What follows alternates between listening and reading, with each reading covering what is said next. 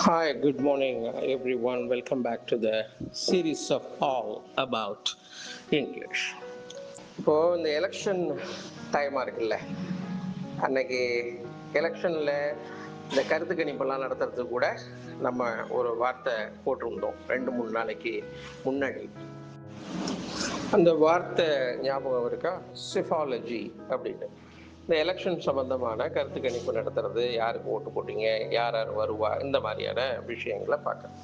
அதனை தொடர்ந்து இப்போ நமக்கு இந்த லெஜிஸ்லேட்டிவ் அசம்பிளியோட ஸ்பீக்கர் அப்படிங்கிற வார்த்தை தெரியும்.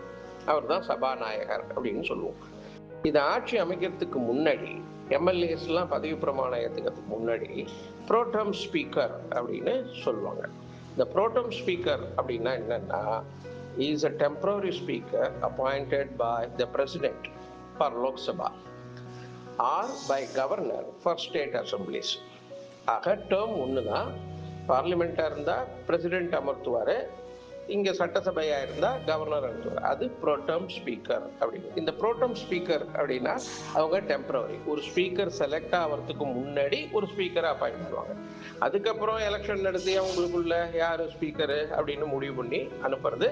அது ஒரு மனதாக தேர்ந்தெடுப்பாங்க. அவங்க மெஜாரிட்டியை பொறுத்து அது ஸ்பீக்கர் அப்பாயின்மெண்ட் ஆவாங்க. அவங்க தான் ஸ்பீக்கர் ஆவாங்க. அவங்க பேர் சபாநாயகர். அதுக்கு முன்னாடி இருக்கிறது ப்ரோடம் ஸ்பீக்கர் இஸ் டெம்பரரி. டெம்பரரினாக்கா ப்ரொவிஷ்னலாக, தற்காலிகமாக அப்பாயின்ட் பண்ணுவாங்க. ஸோ இந்த வார்த்தையை தெரிஞ்சுக்கலாம் அப்படிங்கிறது தான் இன்றைய பதிவு.